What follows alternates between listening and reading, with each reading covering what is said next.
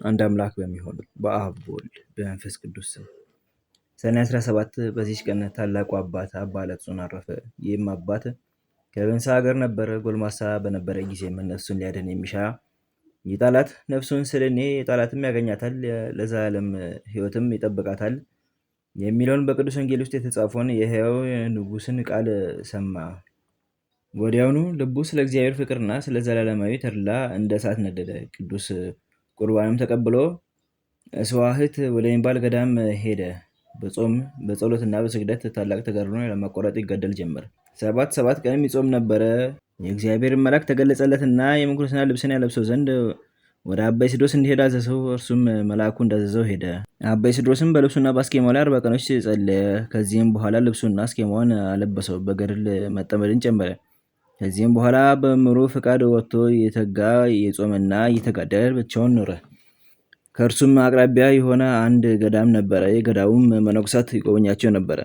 በአንዲት ዕለትም ወደዚያ ገዳም ሄደ። አበምኔቱም ታሞ ለሞት ደርሶ አገኘው። መነኮሳቱም በዙሪያው ሆኖ ያለቅሱ ነበር። አባ ለትጹንም የሰይጣን ሰራዊትን ከቦት ደስ ሲላቸው አየው።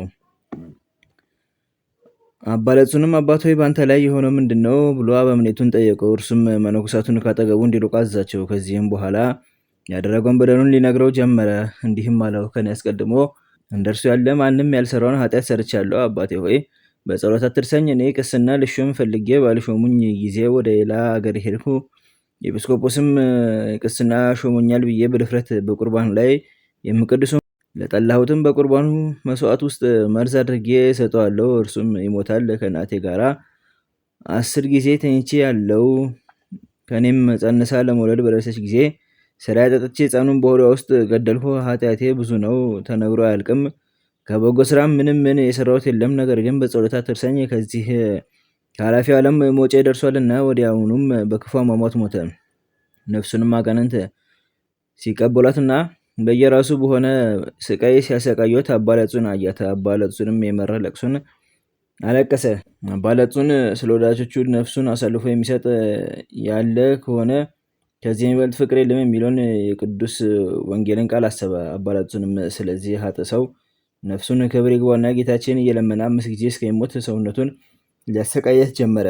የመላእክት አለቃ ሚካኤልም መጥቶ አነሳውና እንዲህ አለው፣ ስለዚህ ኃጢአተኛ ነፍስን አትግደል፣ ምሕረት አይገባውምና እግዚአብሔር እውነት ፈራጅ ስለሆነ በደሉ አይሰረይለትም። አባ ለትጹን ግን መሐሪ ይቅር ባይ ወደሆነ እግዚአብሔር ስለዚህ ኃጢአተኛ እየለመነ ራሱን ማሰቃየት አልተወም። ከዚህም በኋላ ራሱን በባህር አስጥሞ ሞተ። ያን ጊዜም ታላቅ ነጎድጓድ ሆነ። ክብር ይግባውና ጌታችን ኢየሱስ ክርስቶስ ወርዶ በባህር ዳር ተቀመጠ። ከባህርም አውጥቶ ከሞት ያድነው ዘንድ ሚካኤልን አዘዘው። እርሱም አድኖ ክብር ይግባውና በጌታችን ፊት አቆመው።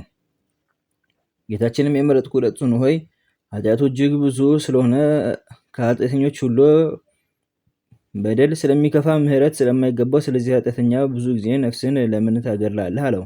አባ ለትጹንም እንዲህ ብሎ መለሰ፣ መሐሪ ይቅር ባይ ጌታዬ ፈጣሪ ሆይ ያን ኃጢአተኛ ትምር ዘንድ ለምንሃለሁ። ለዚያ ነፍሴን ከእርሱ ጋራ ወደ ስቃዩ ሰዳት።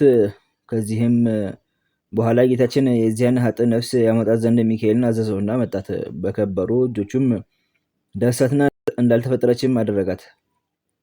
ይቺ ነፍስ አፈር ትሁን እንጂ ለስቃይ ወይም ለሕይወት አትሁን አለ። አባ ለትጹንም ስለ ይቅርታውና ቸርነቱ ገናናነት መድኃኒታችን ፈጽሞ አመሰገነው። ከዚህም በኋላ ጌታችን አባ ለትጹንን የመረጥኩ ለትጹን ሆይ በእውነት እነግርሃለሁ፣ መታሰቢያን ለሚያደርጉ ሁሉ በስምህ መባ ለሚያስገባ ወይም ለተራበ ለሚያበላ፣ የተጠማ ለሚያጠጣ፣ የተራቆተ ለሚያለብስ ወይም ገድልን ለሚጽፍ እኔ የሁሉንም ኃጢአታቸውን ይቅር እላለሁ፣ ስማቸውንም በሕይወት መጽሐፍ እጽፋለሁ፣ በጎ ዋጋቸውንም እሰጣቸዋለሁ። ጌታችንም ይህንን ብሎ ወደ ሰማያት አረገ። ቅዱስ አባ ለትጹንም እጅግ ደስ አለው። ወደ በዓቱም ተመልሶ የተጋደለ ብዙ ዘመናት ኖረ። እግዚአብሔርን አገለገለው። መልካም ገድሉን ፈጽሞ በሰላም አረፈ። ለእግዚአብሔር ምስጋና ይሁን። እኛንም በዚህ ጻድቅ ጸሎት ይማረን፣ በረከቱም ከኛ ጋር ትኑር ለዘላለሙ አሜን። በዚህችም ዕለት ፍጹም ምናን የሆነ የመጻተኛው ባህታዊ ጰላሞን የዕረፍቱ መታሰቢያ ነው። እርሱም ከተጋድሎ የተነሳ ሰይጣን እስከ ደከመ ድረስ በተራራ ላይ እግዚአብሔርን እያገለገለ በገድል ተጠምዶ የሚኖር ነበር። ይህ አባት በቀንና በሌሊት ያለቅስ ነበር እንጂ ከማንም ጋር ሳይነጋገር ከቶ ሳይስቅ ለረጅምና ለብዙ ዘመናት ኖረ። ሰይጣንም የሚያስቅ ነገርን፣ ጨዋታን ብዙ ጊዜ በላዩ ያመጣበት ነበር። እርሱ ግን ፈገግ እንኳ አይልም፣ ነገር ግን የሚተክዝ ነበር። ክብር ይግባውና ልቡም በጌታችን ኢየሱስ ክርስቶስ ፍቅር የተመሰጠ ነበረ። ሰይጣንም በእርሱ ላይ ተቆጥቶ የሚያድነው ሆነ።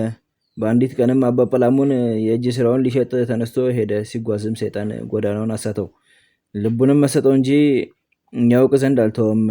ከ7 ቀኖች ፍጻሜ በኋላ አባ ጰላሞን ከረሃብ ጥማት ብዛት የተነሳ በምድር ላይ ወደቀ፣ ለሞትም ደረሰ። ሰውን የሚወድ እግዚአብሔርም እንዲጠፋ አልተወም፣ ነገር ግን ሰይጣንን ከእርሱ አርቆ አሳደደው። አረጋዊ አባ ጰላሞንም በእርሱ የሆነውን ባወቀ ጊዜ ጌታ ኢየሱስ ክርስቶስ ሆይ እርዳኝ ብሎ ጮኸ። ወዲያውኑ ጰላሞን አትፍራ፣ ከእንግዲህ ወዲህ ጠላት በአንተ ላይ ክፉ ሊሰራ አይችልም። ነገር ግን ተነስተህ ወደ ደቡብ ጥቂት ተጓዝ። በዚያም በተራራው አጠገብ የሚኖር ሰው ለጹን የሚባል ሽማግሌ ጻድቅ ሰው ታገኛለህ። እርሱም ስለ ስሜ ብዙ መከራ የተቀበለ ነው። ያደረግኸውን ሁሉ ሰይጣንም እንዴት እንዳሳተ ንገረው። እርሱ ኃጢአትህ ሲሰረይልህ ስለ አንተ ይጸልያል የሚል ቃልን ሰማ። ወዲያውኑ ብፁዕ አባ ጰላሞን ተነስቶ ከእጅ ስራው ጥቂት ተሸክሞ አቤቱ በስምህ እርዳኝ የሚለውን የዳዊትን መዝሙር እስከ ፍጻሜው፣ ዳግመኛ 63ኛውን መዝሙር እያነበበ ቃሉ ወደ አመለከተው ሄደ። ጌታችንም መርቶ ወደ ሽማግሌው አባ ለጹን አደረሰው። አባ ለጹንም ባየው ጊዜ በደስታ ተቀብሎ ሰላም ተሰጠው። ወደ ተራራውም አወጣው። ከጸለዩም በኋላ ተቀመጡ። አባ ጰላሞንም የመረረ ለቅሶን እያለቀሰ ይነግረው ጀመረ። ከትንሽነቱ ጀምሮ ሰይጣን እንዳሳተው እንዲህ ብሎ ነገረው። በአንዲት ዕለት የእጅ ስራዬን ልሸጥ በግብፅ ገበያ መንገድ ስጓዝ ሰይጣን መጥቶ ልቤን አዘነጋት። መድኃኒቴ የሚሆነኝን የጌታዬ ኢየሱስ ክርስቶስን ስም ጠራ ዘንድ አልተወኝም። ዳግመኛም እንደ ንጉሥ ከተማ የታነጸች ውሆችና ተክሎች፣ መልካም ዛፎች ያላት ከተማን አሳየኝ። የእጅ ስራዬንም ልሸጥ ሳስብ ባሏ ብዙ ገንዘብ ትቶላት ሞቶ የምታዝን ሴት አምሳል ታየኝ። የእጅ ስራዬን ከኔ እገዛለሁ ብላ ወደ ቤቷ አዳራሽ አስገባችኝ። እንቅቦችም ከላይ አወርዳ አኖረች፣ እግሮቼንም አጠበች። ባሮቿንም ማዕድ ያቀርቡ ዘንድ አዘዘቻቸው።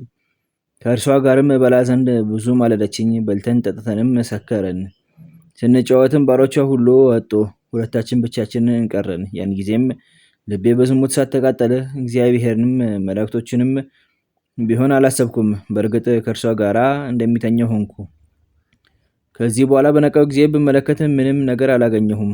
ሴትም ማዕድም ቤትም አታክልትም ቢሆን አላገኘሁም። ነገር ግን ራሴን ከተራራ በታች አገኘሁ፣ እንዳልበላና እንዳልጠጣም ሆንኩ። እጅግም አለቀስሁ። ሰይጣንም በሩቁ ቆሞ መጻተኛ ጰላሞን ሆይ ወዮልህ፣ እንደ ወፍ ላጠምድህ በአንተ ላይ በርትቻለሁና እያለ ሲዘብትብኝ አየሁት። ነገሩን ሰምቼ በመስቀል ምልክት በላዩ አማተብኩ፣ ከኔም ሸሸ። አሁንም አባቴ ለጹን ሆይ በደሌን ይቅር ይለኝ ዘንድ ወደ እግዚአብሔር እንድትለምንልኝ በቅድስና ተማጽኛለሁ። ቅዱስ አባ ለጹንም አይዞህ፣ እግዚአብሔር ኃጢአትን ይቅር እንደሚለ አምናለሁ ብሎ መለሰለት። ከዚህም በኋላ ተነስቶ 3 መዓልትና 3 ሌሊት ጸለየ። ወደ እነርሱ እንዲህ የሚል ቃል መጣ። የታመናቸው አገልጋዮቼ አትፍሩ፣ ከእንግዲህ ወዲህ ጠላት በእናንተ ላይ አይበረታም። ጰላሞንም የሰራውን ኃጢአት በራሱ ሰይጣን ላይ ያደረግኩ የጰላሞንን ኃጢአት ብቻ አይደለ፣ ነገር ግን የሚፈታተናቸውን ሰዎች ሁሉ ኃጢአታቸውን በሰይጣን በራሱ ላይ መልሳለሁ። ከዚህ በኋላ አባ ጰላሞን ከአባ ለጹን በረከት ተቀብሎ እግዚአብሔርን እያመሰገነ ወደ በዓቱ ሄደ። ተጋድሎንም ፈጽሞ በሰላም አረፈ። ለእግዚአብሔር ምስጋና ይሁን፣ እኛንም በቅዱሳን ሁሉ ጸሎት ይማረን ለዘላለሙ አሜን። ዳግመኛ በዚች ቀን የመደራው የብፁዕ አባ ገሪማ መታሰቢያ ሆነ። የዚህም ቅዱስ አባቱ የሮም ንጉሥ ነበር። ስሙም መስፍንያኖስ ይባላል። የንግሥት እናቱ ስምም ሰፍንጊያ ነው። እርሷም መካን ስለሆነች በእናቱ በቅድስት ድንግል እመቤታችን ማርያም አማላጅነት በመማፀን ወደ እግዚአብሔር እየለመነች ኖረች። ከዚህ በኋላ ይህን የተባረከ ልጅ ተቀበለች። ስሙንም ይስሐቅ ብላ ጠራችው። ጥቂት ባደገ ጊዜም የቤተ ክርስቲያንን ትምህርት አስተምረው ዲቁና አሾሙት። አባቱ በሞተ ጊዜም የሮም ሰዎች በአባቱ ዙፋን ላይ ያነገሱት። እየፈረደና በቅን እየገዛ 7 ዓመት ኖረ። በዋሻ የሚኖረው አባ ጴንጤሌዎንም በሰማ ጊዜ እንዲህ ብሎ ወደ እርሱ ላከ። ልጄ ይስሐቅ ሆይ ሙታኖችን ይቀብሩ ዘንድ ሙታኖችን ተዋቸው፣ አንተ ግን ክብር ይግባውና የክርስቶስን የማያልፍ መንግስት ትሻ ዘንድ ወደ እኔ ና። አባ ገሪማም መልእክቱን ደርሶት በሰማ ጊዜ መንግስቱ ትቶ በሌሊት ወጥቶ ሄደ። ያን ጊዜም ጌታ የላከው የመልአክ አለቃ ቅዱስ ገብርኤል ተገለጠለት። ብርሃናዊውን በሆኑ ክንፎቹ ተሸክሞ የ10 ወር የሚሆነውን መንገድ በ3 ሰዓት አደረሰው። በአባ ጴንጤሎንም ደጅ አቆመው። ይህ በኢትዮጵያ ንጉሥ በዓለ አሚድ ዘመን ነበር። አባ ጴንጤሎንም ቅዱስ ይስሐቅን ባየው ጊዜ ደስ ብሎት አቅፎ ሳመው። ወደ በዓቱም አስገብቶ የምንኩስና ልብስን አለበሰው። ይስሐቅም በጾም በጸሎት እና በስግደት ተጠምዶ ቆዳው ከአጽሙ እስከሚጣበቅ ሲጋደል ኖረ። ከዚህም በኋላ መደራ ወደ ተባለ ቦታ ሄደ። በዚያም ድንቅና ተአምር እያደረገ በሽተኞችን እየፈወሰና አጋንንትን በማስወጣት ብዙ ዘመን ኖረ። በአንዲት ዕለትም በጠዋት ስንዴ ዘራ፣ በሰርክም አዝመራውን ሰብስቦ አስገባ። ከእርሱም መስዋዕትን አሳረገ። በማግስቱም በግራር ዛፍ ላይ በሮችን አውጥቶ የስንዴውን ነዶ አበራየ። 77 የእንቅብ መስፈሪያ ሆነ። ሁለተኛም የወይን አረግ ባለበት ላይ ተከለ። ወዲያውኑ በቀለች፣ አበበችና አፈራች። በእርሷም መስዋዕትን አሳረገ። አንዲት ቀንም ሲጽፍ መሸና ፀሐይ ይጠልቅ ተቃረበ። በቦታውም እንዲቆም አዘዘው። ጽሕፈቱም እስኪጨርስ ቆመ። ምራቁንም ትፍ ባለበት ዘንድ እስከ ዛሬ ለበሽተኞች ፈውስ ሆኖ ይኖራል። ከእጁም ብር በወደቀ ጊዜ ወዲያውኑ በቀለ፣ አቆጥቁጦም አደገ። በአንዲት ዕለትም ሰዎች ወደ አባ ጴንጤሎን መጥተው ቀሲስ ይስሐቅ እኮ ከበላ በኋላ የቁርባን ቅዳሴን ቀደሰ ብለው ነገሩት። አባ ጴንጤሎንም ወደ እርሱ ሄደ። ልጄ ይስሐቅ ሆይ ሚስጥር ስላለኝ ከአጠገባችን ሰዎችን አስገልል አለው። ይስሐቅም ሰዎችን ተውና እንጨቶችና ድንጋዮችም ይገለሉ አለ። ወዲያውኑ እንጨቶችና ድንጋዮች 1 ምዕራፍ ያህል ሸሹ። አባ ጴንጤሎንም ልጄ ይስሐቅ ገረምከኝ አለ። ስለዚህም ከዚህ ጊዜ ጀምሮ ገሪማ ተባለ። መልካም ተጋድሎና የቀና አካሄዱን በፈጸመ ጊዜ ክብር ይግባውና መድኃኒታችን ኢየሱስ ክርስቶስ ተገለጠለት። ስሙን ለሚጠራ መታሰቢያን ለሚያደርግ ገድሉን ለሚጽፍና ለሚያጽፍ ለሚያነበውና ለሚተረጉመው ስማቸውን በሕይወት መጽሐፍ እንደሚጽፍ ቃል ኪዳን ሰጠው። ዳግመኛም የተራበውን ላበላ የተጠማውንም ላጠጣ እኔ የሕይወት እንጀራ መግባለሁ፣ የድህነት ጽዋንም አጠጣዋለሁ አለው። በቤተክርስቲያንም በማለት ያመሰገነውንና የጸለየውን እኔ የመላእክት ምስጋና አሰማዋለሁ። የተራቆተውንም ለሚያለብስ የብልህ እጅ ያልሰራውን የብርሃን ግምጃ አለብሰዋለሁ። ነፍሱም ከስጋው በምትለይበት ጊዜ የጨለማ መላእክት አይቀርቡትም፣ የብርሃን መላእክትን በዙሪያው አቆማቸዋለሁ። በስምም ቤተክርስቲያን ለሰራ በሰማያት 47 የብርሃን ቦታዎችን እኔ ሰጠዋለሁ። ለቤተክርስቲያንህ መባ የሚሰጠውንም እኔ በመንግስቴ እቀበለዋለሁ። ቦታህን የሚያከብረውንም እኔ በመንግስቴ አከብረዋለሁ። ጠላቶች አጋንንትን ረግጦ የሚገዛበትን እሰጠዋለሁ። አባ ገሪማም ይህን ታላቅ ሀብት በቸርነት ብዛት የሰጠኸኝ አቤቱ ስምህ ይክበር ይመስገን። ግን ጌታዬ ሆይ መታሰቢያዬን ላደረገ ገድሌንም ለጻፈ እስከ ስንት ትውልድ ትምርልኛለህ? አለ። መድኃኒታችንም እስከ 12 ትውልድ ምረዋለው አለ። አባ ገሪማም መድኃኒታችንን ልጆች ባይኖሩትስ ምን ታደርጋለህ? አለው። መድኃኒታችንም 12 እጥፍ ክብር እሰጠዋለሁ ብሎ መለሰለት። ዳግመኛም የሞት ጥላ እንደማያገኘህ ታላቅ የምስራች እነግርሃለሁ አለው። ይህንንም ተናግሮ ሰላምታን ሰጥቶት በታላቅ ክብር ወደ ሰማያት አረገ። ቅዱስ አባ ገሪማም በልቡ ደስ ተሰኘ። ወዲያውኑ በብርሃን ሰረገላ ተነጥቆ ብሔረ ሕያዋን ገባ። ለእግዚአብሔር ምስጋና ይሁን። እኛንም በዚህ ጻድቅ አባ ገሪማ ጸሎት ይማረን፣ በረከቱ ከእኛ ጋር ትኑር ለዘላለሙ አሜን። ዳግመኛም በዚህች ዕለት የሰማዕታት የነአኩራን፣ የበርተለሜዎስ፣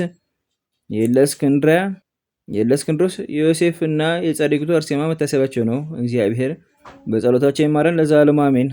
አንድ አምላክ በሚሆን በአብ በወልድ በመንፈስ ቅዱስ ስም ሰኔ 18 በዚች ቀን ከአባቶች ሊቃነ ጳጳሳት ቁጥር 45ኛ የሆነ የእስክንድርያ ሊቀ ጳጳሳት አባ ድሚያኖስ አረፈ። ዛ አቅረብኩ ማሕሌተ ዘኪሬ አእላፈ እምነጸምዱከ ዘልፈ ለላነብብ ተወከፍ ዘኔቴ መጻፈ እንተለሴከ እግዚኦ ጸይቀኑ ተኮፈ እምላቡ ውላን ዘተርፈ ነቢያት ቅዱሳን ሐዋርያት ሰባኪያን ሰማዕታት ወጻድቃን ደናግል አዲ ወመነኮሳት ሄራን ባረኩ ጉባኤዛቲ መካን እስከ አደጋ ሄሌ ቆኖስ ሕፃን ለጻፎ በከርታስ ወለዛ ጻፎ እንዘ ደረስ ወለዛ አምቦ ስትርጉም ሳዲስ ወለሰማ ቃሎ በዝናፈስ ጸሎተሙ ማርያም አሬቂተ ኩሎ እምባስ ወሬ ማረነ ኢየሱስ ክርስቶስ። በቅዱሳኑ ጸሎት ጠብቀን በረከታቸውም ከኛ ጋር ትኑር። ኦ አምላክነ በከመ ንትቀ ወአኮ በከመ አበሳነ አቡነ ዘበሰማያት